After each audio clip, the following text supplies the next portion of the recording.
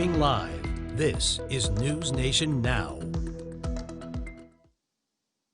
Good morning. Welcome to NewsNation Now. I'm Ji Soo-ki. All morning we have been watching Hurricane Delta as it's gaining strength as it heads through the Yucatan Peninsula and into the Gulf of Mexico. And of course, forecasters have been predicting that the storm could make landfall in the U.S. Gulf Coast later this week. Joining us right now with some breaking news about Delta is our chief meteorologist here at NewsNation, Albert Ramon. Hi, Albert. How are you?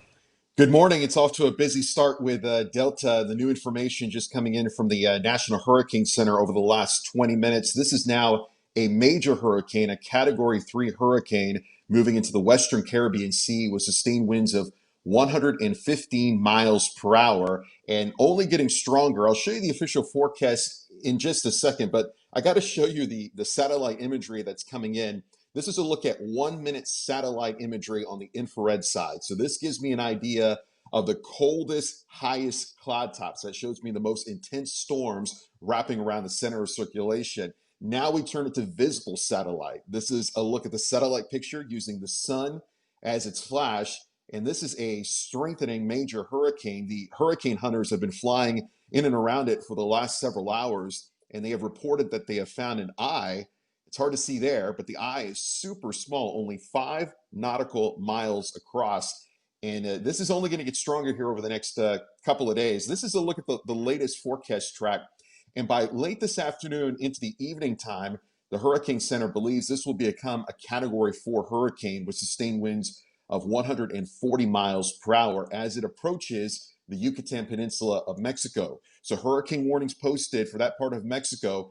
We expect the landfall here in the Yucatan as a Cat 4, 140 mile per hour winds by tomorrow morning. And then some weakening, but probably not a whole lot. It's still a major hurricane as it moves into the Gulf of Mexico tomorrow afternoon into tomorrow evening.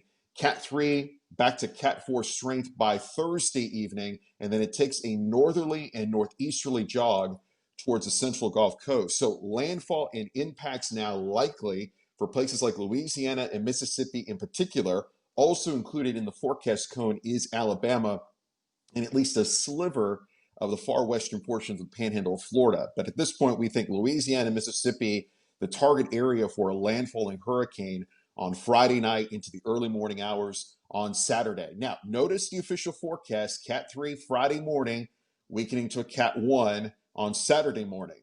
Now, certainly, it moving inland will allow for that weakening to occur, but atmospherically, this is not going to be as a prime of an atmosphere as we are seeing now, what we'll see even over the next couple of days. It'll be encountering wind shear. These are winds above the surface that will inhibit further intensification. And there's also some cooler water temperatures, which I'll show you in just a second. But let me show you what's driving the system this morning. It's high pressure over the Atlantic, just off towards the east of the Bahamas.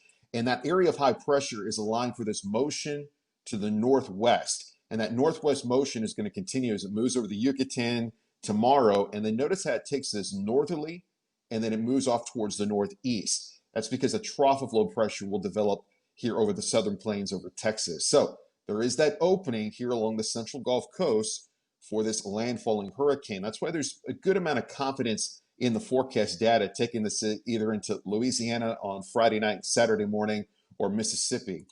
We mentioned how the water temperatures will cool as it approaches land.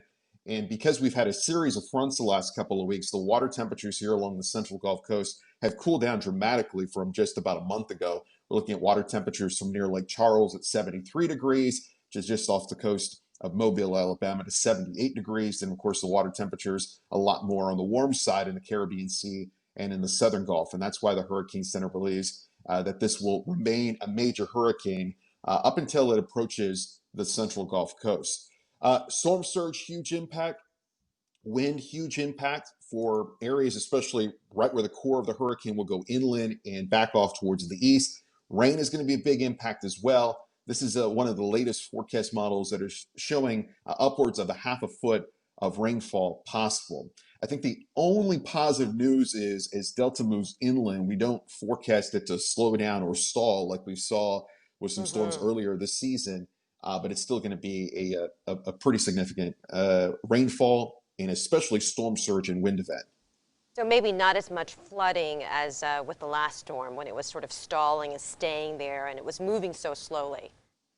Right. Yeah. So I think that's the only positive news as far as freshwater flooding. That is going to be obviously possible, but that's not the main impact.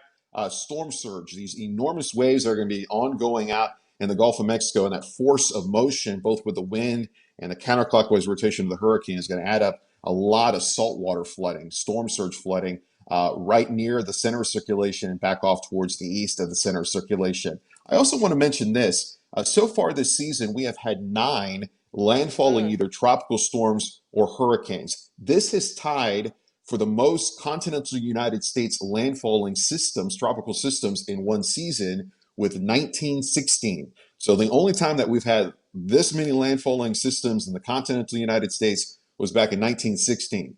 Delta will make it 10, and that's going to be a new record. So that gives you the idea just how busy and how historic this hurricane season has been. And we still have through the end of November to get through hurricane season. And Albert, when we think about all of the residents there on the U.S. Gulf Coast, I mean, they are just storm weary at this point. There's so much fatigue. We can only imagine everything that they've had to endure. As you said, this has been a record-setting season. What's sort of your advice to them right now? Yeah, that's such a good point, especially for our friends watching in Louisiana, because if you're in Louisiana, we've had a lot of close calls, and of course, we've had to deal with hurricanes as well, impacts from hurricanes as well, including Laura, right? Storm fatigue is a real thing, especially in a season like this where it's just been one threat after another. It seems like every other week. This hurricane, though, in some respects, could be the most powerful one that we've had to deal with along the Gulf Coast. And that's saying something because it's been busy. So you have to take this one seriously. This is the first major hurricane in the month of October since Michael in 2018. Michael hit the panhandle of Florida, a major hurricane, epic natural disaster for the panhandle of Florida.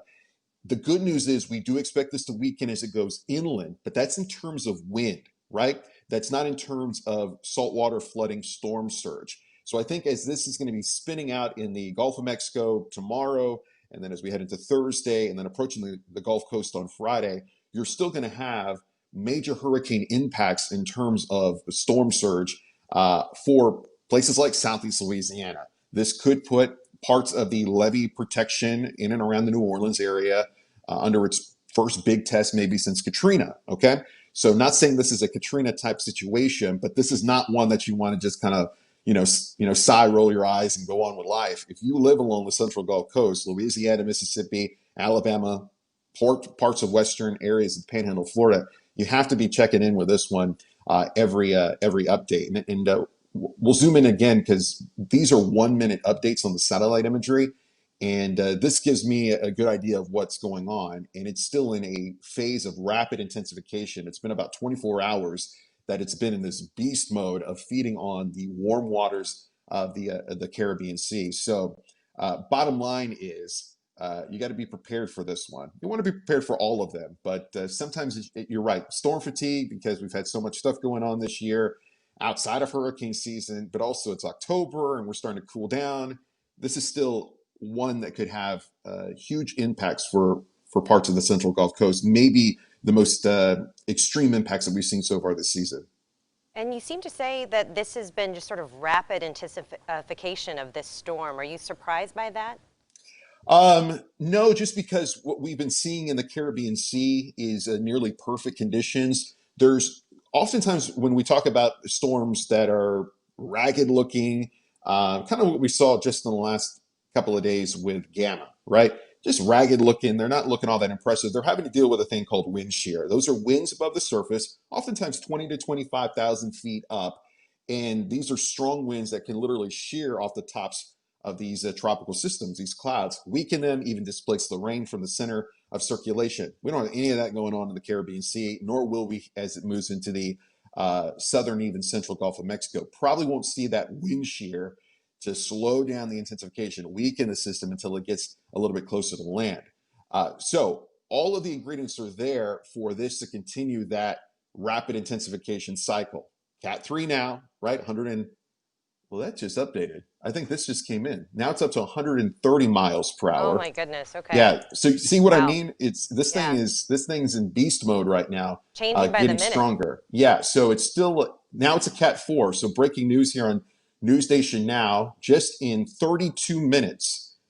Wow. 32 minutes, this has strengthened from a Cat 3, 115 mile per hour winds to now a Category 4, 130 mile per hour winds. So this will certainly change the intensification forecast from the National Hurricane Center. We'll see if they update this, seeing if they've updated this track, and it doesn't appear they have. So they still have it strengthening 140 mile per hour Cat 4 later this evening, but I think it's on the table now that this could even be stronger than that, just because we are still seeing it in that cycle of intensification. So again, breaking news here on NewsNation now: Hurricane Delta in just the last half hour, going from a Cat 3 now to a Category 4 hurricane. And I'm going to pull up some information from the National Hurricane Center and see if there's anything new from them.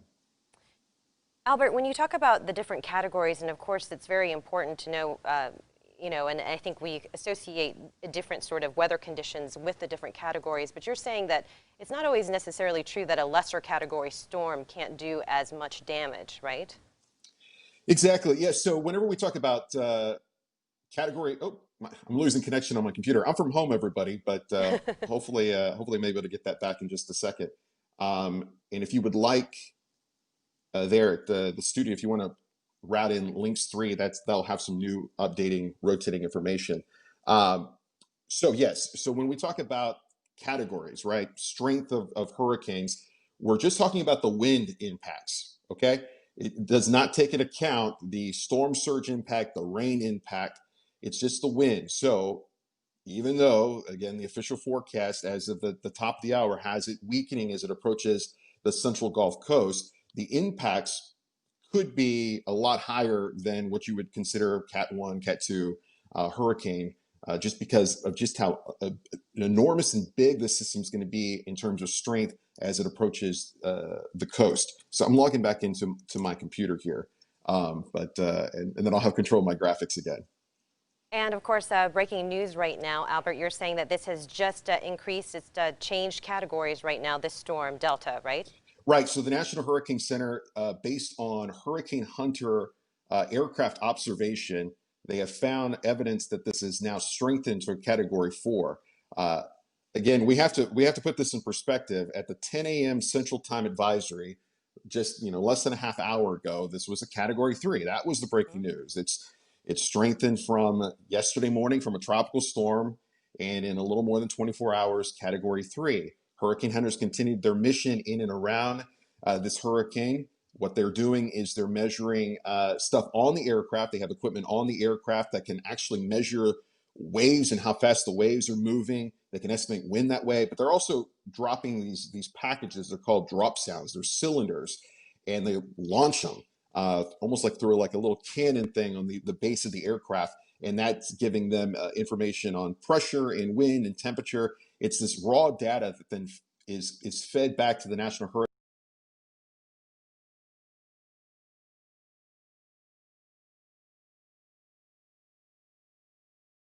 If we are live and you can hear us right now. We were just talking to Chief Meteorologist Albert Ramon. Just during our conversation, in fact, we just had breaking news that Hurricane Delta moved actually classifications from Category 3 to a Category 4 storm. In fact, just a few minutes ago, Albert was telling us that wind speeds reached up to 130 miles per hour. So I think we're going to be checking back in with Albert a little bit later. Meanwhile, just wanted to remind Can you hear me? you. Oh, hi, Albert, you're back. I'm back. The fun of working from home, like so Yes, I many know. of us have had to Well, deal with. we do let you go home, which is a good thing, right? Well, now that this is a Cat 4, I think maybe I'll be spending a little bit more time with you all there at the newsroom. But yes, so I just want to reiterate that the hurricane hunters have been flying in and around Delta, and in just a half hour, they have found an increase of winds by 15 miles per hour, making this now a Category 4 hurricane. And this would be the first major hurricane in the month of October in the Atlantic Basin since 2018, and that would have been from Michael. So dangerous situation.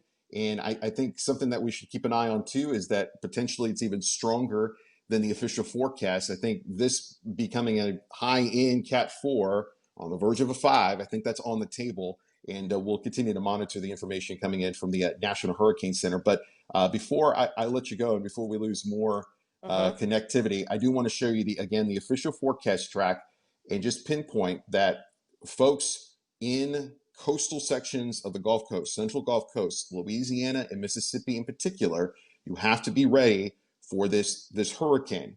The good news is the official forecast has this weakening as it gets a little bit closer to land because of wind shear and also some cooler water temperatures. But this is going to be a Cat 3, Cat 4 in the Gulf of Mexico starting tomorrow and then approaching the Gulf Coast. So you need to prepare for this one. We have it moving inland as we head towards late Friday night into the early morning hours on Saturday.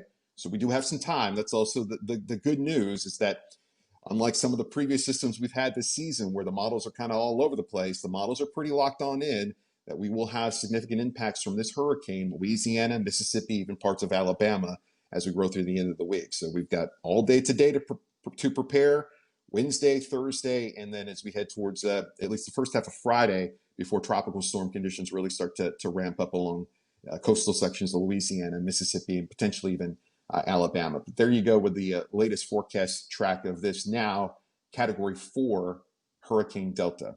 Well, NewsNation Chief Meteorologist Albert Ramon, and you're going to be tracking this all day. And of course, you'll have a full report tonight on NewsNation on WGN America at 8/7 Central, right? That's right. Yes. So this will be something that we'll be concentrating on all 3 hours in prime time. So 8/7 Central WGN America for NewsNation. And we'll probably jump back on Facebook later this afternoon to give you an update when the 4 o'clock advisory comes on as well. Yeah, stay with us right here on NewsNation Now as well. Albert will probably be back with us throughout the day before the broadcast tonight. And Albert, before I let you go, I just wanted to mention, fabulous piece on you for Hispanic Heritage Month. And I have to tell you, your parents are really, they stole the show.